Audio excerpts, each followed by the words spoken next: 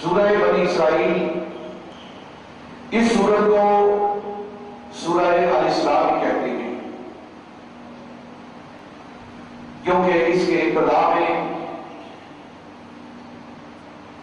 اسراء کا ذکر ہے، سبحان الذی اسریٰ بعبدہ کا ذکر ہے، اس لیے اس کو سورہ الاسراء بھی کہتے ہیں۔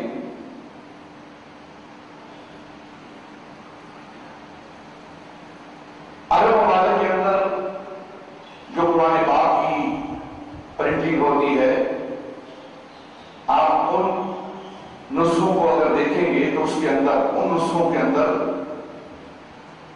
اس سورت کا نام سورہ الاسراء لکھا گیا ہے۔ ہمارے ہاں جو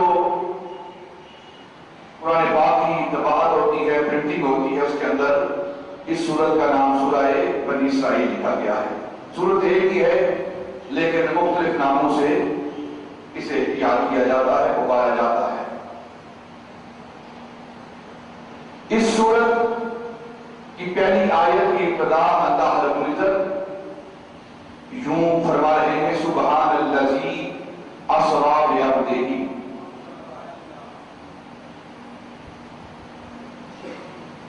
پاک ہے وہ ذات جس نے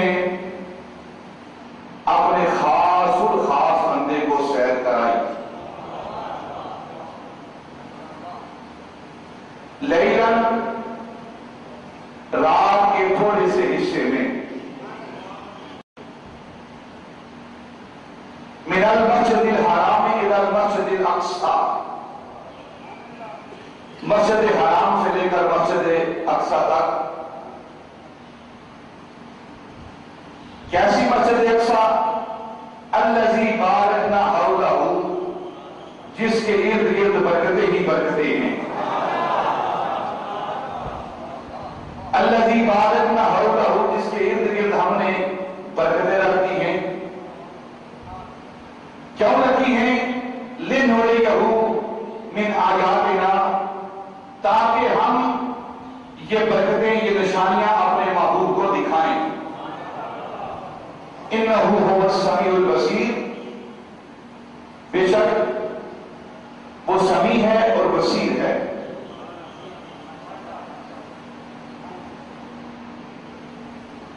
سبحان کا لفظ، اس پر ایک بات کر کے پھر بات کو آگے لے کر چلتا ہوں۔ سبحان کا معنی کیا ہے؟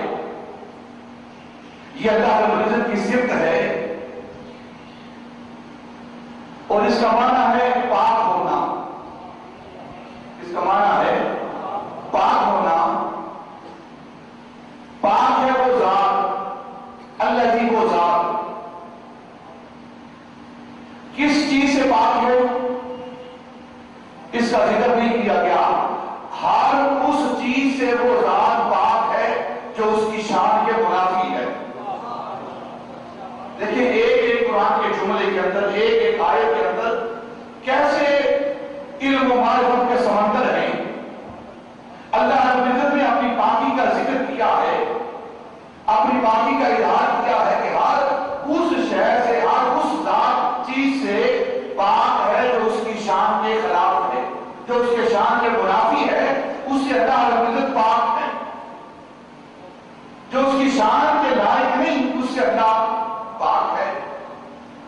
اگر کوئی نسبت، کوئی بندہ، کوئی فرد اللہ رب العزت کی ذات کی طرف ایسی نسبت کرتا ہے جو کہ اس کی شان کے منافی ہے، اس کی شان کے خلاف ہے، تو اللہ رب العزت نے پہلے ہی اس چیز کا اظہار کر دیا ہے کہ یہ اپنی طرف سے کہہ رہا ہے اللہ تو اس سے پاک ہے۔ یہاں ایک بات جس کی طرف میں آپ کو لے جانا چاہتا ہوں وہ کیا ہے؟ کچھ لوگ اللہ رب العزت کی طرف جھوٹ کی نسبت کرتے ہیں۔ کتابوں کے اندر کوئی بھی لکھا ہوا ہے کہ اللہ جھوٹ بولنے پر قادر ہے، تو یہ جھوٹ بولنا یہ تو انسان کی شان کے منافی ہے۔ یہ انسان جو انسان ہے اس کی شان کے منافی ہے کہ وہ جھوٹا ہو، تو اللہ رب العزت کی شانیں تو بڑی شانیں ہیں، تو وہ لوگ جو اللہ رب العزت کی طرف جھوٹ کی نسبت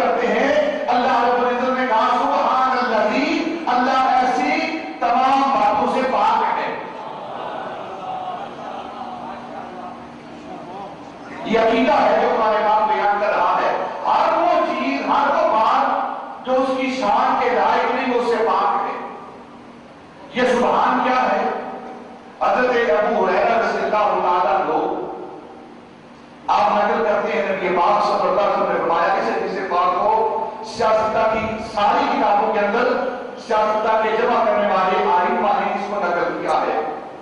حضرت ابو ہریرہ رضی اللہ تعالیٰ عنہ فرماتے ہیں کہ نبی پاک صلی اللہ علیہ وسلم نے فرمایا کہ جو دن میں 100 بار سبحان اللہ و بحمدہ پڑھتا ہے، سبحان اللہ و بحمدہ پڑھتا ہے 100 مرتبہ، تو نبی پاک صلی اللہ علیہ وسلم نے فرمایا کہ اس کے سارے گناہوں کو معاف کر دیا جاتا ہے، سارے گناہوں کو معاف کر دیا جاتا ہے۔ اور پھر آگے حدیث پاک کا جو جملہ ہے وہ سننے کے قابل ہے، وہ کیا ہے؟ نبی پاک نے فرمایا بے شک اس کے گناہ سمندر کی جھاگ کے برابر کیوں نہ ہوں، سمندر کی جھاگ کے برابر کیوں نہ ہوں، کتنے اگر اس کے نامہ اعمال میں گناہ ہیں اور دن میں صرف 100 بار سبحان اللہ ہے وبحمدہ ہی پڑھتا ہے تو اللہ رب العزت سے سارے گناہوں کو معاف کروا دیتا ہے۔ اور پھر حضرت امام بخاری رضی اللہ تعالیٰ عنہ نے انہی الفاظ کے بارے میں حدیث پاک نقل کی ہے۔ نبی پاک صلی اللہ علیہ وسلم نے فرمایا کلمتان حبیبتان الرحمن، نبی پاک صلی اللہ علیہ وسلم نے فرمایا کہ 2 کلمے ہیں، 2 جملے ہیں، 2 باتیں ہیں، 2 لفظ ہیں جو اللہ رب العزت کی بارگاہ میں، رحمان کی بارگاہ میں بڑے ہی حبیب ہیں، پیارے ہیں۔ حبیبتان الرحمن وہ اللہ کی بارگاہ میں بڑے مقبول ہیں، بڑے حبیب ہیں، بڑے پیارے ہیں۔ وہ اس سے آگے کیا بات ہے؟ یہ نہیں کہ وہ کلمے پڑھنے میں بڑی تنگی ہوتی ہے، بڑی تکلیف ہوتی ہے، نہ، خفیفتان علی اللسان، وہ پڑھنے میں بڑے آسان ہیں، بڑی آسانی کے ساتھ زبان پر وہ کلمے آ جاتے ہیں، زبان کو زیادہ کوئی مروڑنا نہیں پڑتا، زیادہ کوئی زبان کو تکلیف نہیں دینی پڑتی، بڑی آسانی کے ساتھ وہ کلمے زبان پر آ جاتے ہیں۔ اور ان کی قدر و قیمت کیا ہے، ان کا وزن کیا ہے؟